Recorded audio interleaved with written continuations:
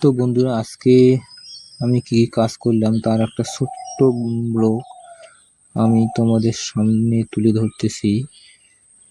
তো ব্লগটা হচ্ছে, আমি এখন যাব ঝিঙ্গা বাড়িতে স্প্রে করতে সকাল সকাল, কারণ খুব রৌদ্র, তাই আর কি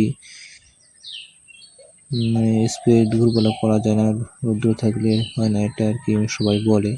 তাই সকাল সকাল যাইতেছি।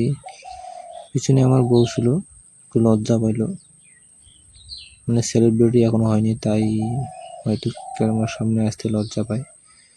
তো এই হচ্ছে আমার ঝিঙে ক্ষেতের অবস্থা। আজকে স্প্রে করলাম মাছি আর কি ঝিঙাটাকে নষ্ট করে দেয়, তার জন্য একটা গন্ধ জাতীয় রোগ আর স্প্রে করলাম। স্প্রে করা শেষ করার পর এখন একটু ভিডিও করতেছি, কারণ যখন স্প্রে করি ওই সময় তো ভিডিও করা অসম্ভব নয়। এখন আমি বাড়ি যাব, তারপর লাস্ট সিজন ঝিঙের, আর বেশি দিন ঝিঙে ক্ষেতটা হবে না। এরপর আমি আর চলে আসলাম আমার ধনিয়া খেতে।